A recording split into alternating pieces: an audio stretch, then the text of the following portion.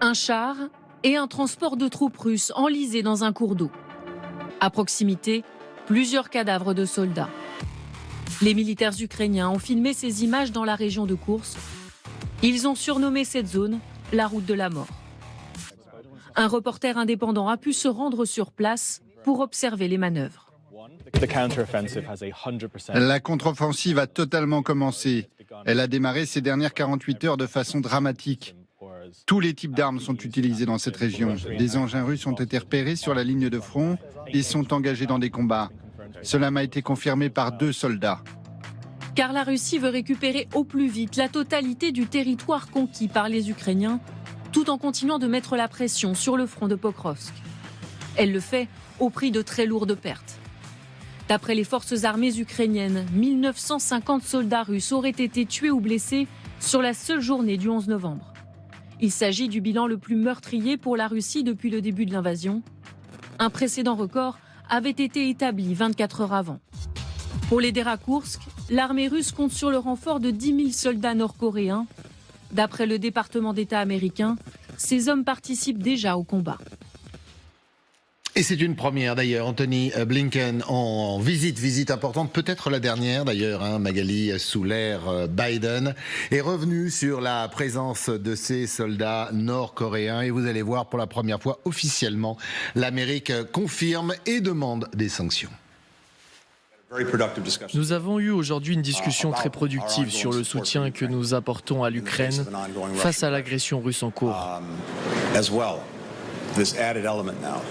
Nous avons également discuté de la présence des forces nord-coréennes dans la bataille. Et elles sont maintenant dans le combat. Cela exige une réponse ferme. Alors on va y revenir sur cette réponse ferme, parce que pour l'instant il n'y a que des mots, trop de mots. Les autorités sud-coréennes à l'instant d'ailleurs viennent de confirmer également à leur tour cette présence. Je rappelle à nos téléspectateurs, Christian Mégalis, que vous étiez il y a quelques jours en Corée du Sud. Si on matine cette présence et le fiasco en ce moment en tout cas des forces russes, pourquoi ça patine à Koursk? Pourquoi Poutine n'y arrive pas? Est-ce qu'on sait?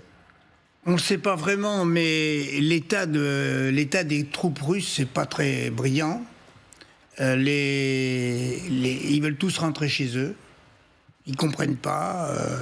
La propagande n'a plus d'accès à ces troupes. On sait se rendre compte qu'ils sont de la chair à canon. Et ils sont mal armés et mal dirigés. Donc ça veut dire que l'armée russe replonge dans ses anciens travers? Absolument. Absolument. C'est ce que je disais déjà depuis plusieurs mois. L'armée russe est une armée qui ne fonctionne que pour la patrie. Là, il s'agit quand même, Christian, de défendre la patrie. Non, on est à Koursk, on est sur le territoire russe. Poutine l'a promis. Oui, non, tout ça, c'est des mots. La patrie, c'est tout petit. C'est rien, c'est un grain de sable dans la patrie. Non, si Koursk était en danger, oui. Mais Koursk n'est pas en danger. Et pourtant, Vladimir Poutine a décidé de lancer plusieurs offensives. Il lance parce que celle d'hier, 50 000 hommes, et on parlait même de troupes aguerries. Alors pour l'instant, elles ne sont pas sur site, mais avec ce renfort de 10 000... Alors ce qui est embêtant avec les Nord-Coréens, c'est que les informations que j'ai, et qui sont de bonnes sources, me disent que ce sont des fanatiques. C'est-à-dire que c'est une espèce de Waffen-SS, si vous voulez, toute proportion gardée. Sont des soldats politisés. Et que par conséquent... C'est jusqu'à la mort, c'est ça? Voilà, c'est jusqu'à la mort, voilà. Et c'est des kamikazes. En réalité, il y a 50 000 kamikazes qui sont là.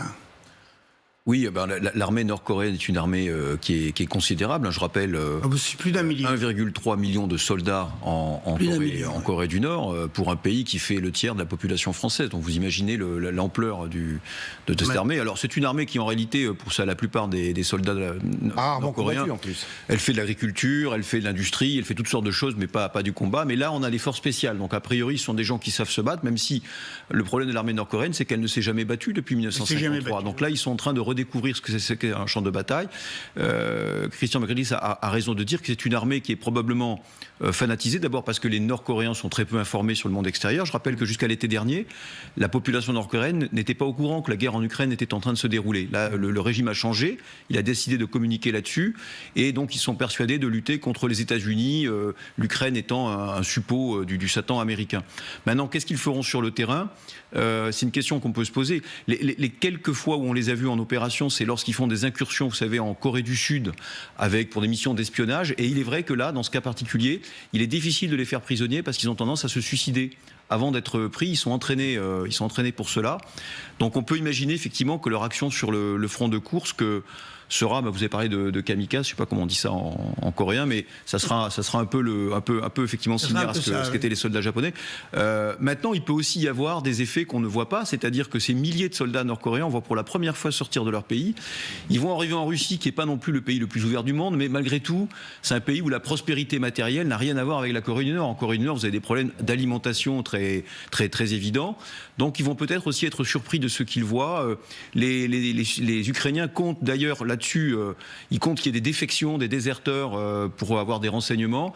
Et la Corée du Sud a proposé son aide pour les traductions parce qu'ils ont l'habitude, avec des défecteurs, de recueillir des renseignements auprès des Nord-Coréens. Alors, il y a ces ratés sur le terrain, bien évidemment. Il y a le problème de coordination parce que ces soldats ne parlent pas la même langue. Et alors, Magali, il y a un autre problème qui nous revient. C'est la découverte par ces soldats nord-coréens de la vodka, l'alcool, la pornographie et les réseaux sociaux. Et il paraît que ça fait un mal absolument incroyable parce que ça en fait quand même pas des soldats d'élite. Ils sont difficiles à gérer sur le terrain.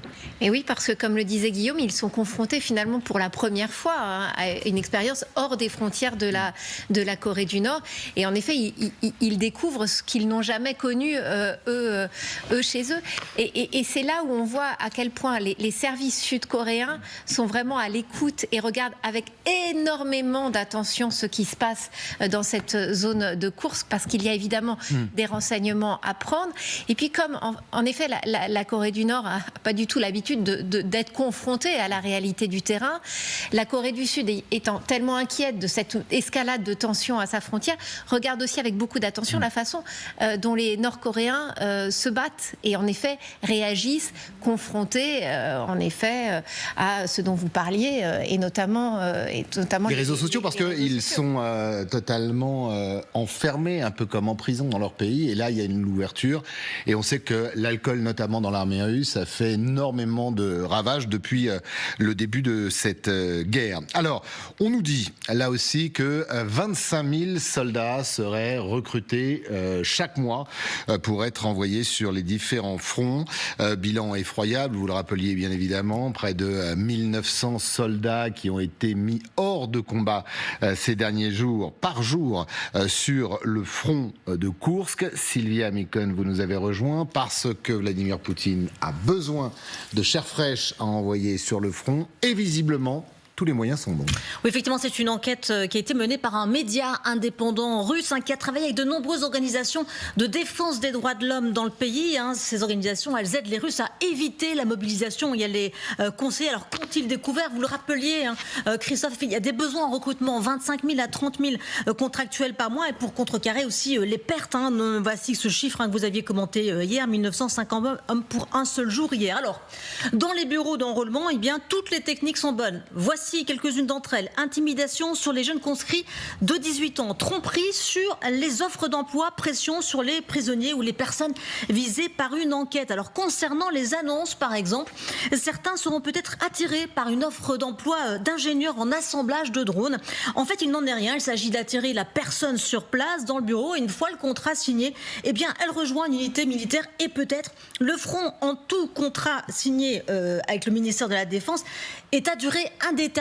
Ça veut dire qu'une fois que vous signez, vous allez jusqu'à la fin de la mobilisation partielle. Quand elle s'arrête, elle n'est pas du tout arrêtée. Regardez ce que dit le responsable d'une des organisations des droits de l'homme. On dit aux gens, tout ira bien, ne vous inquiétez pas. Et puis au lieu d'un contrat de travail, il glisse un contrat avec le ministère de la Défense. Et si une personne le signe, c'est bon, elle est envoyée au front. Alors, il y a d'autres techniques, tout aussi perverses d'ailleurs. Effectivement, les chômeurs, par exemple, se voient régulièrement proposer des postes de fantassins, ce qui est complètement illégal. Et puis, autre méthode, on sait que recruter des prisonniers est légal en Russie. Mais maintenant, même les personnes visées par une enquête faisant l'objet de poursuites pénales ou même d'anciens condamnés sont de nouveau concernées. Le ministère de la Défense les force aussi à signer sous la menace de l'ouverture d'une nouvelle procédure pénale ou encore sous la promesse de l'effacement de leur casier judiciaire. Soit tu signes un contrat maintenant, rapporte un ancien condamné, soit un sac de drogue finira dans ta poche. Voilà ce qu'il dit de propos rapportés par son interlocuteur. Enfin, pour les jeunes conscrits, ils sont menacés d'être renvoyés dans les zones les plus dangereuses s'ils ne signent pas un contrat. Ils pourront gagner de l'argent et auront la vie sauve, leur dit-on. Toutes ces pratiques, selon ces organisations de défense des droits de l'homme, sont aujourd'hui généralisées dans le pays. Merci.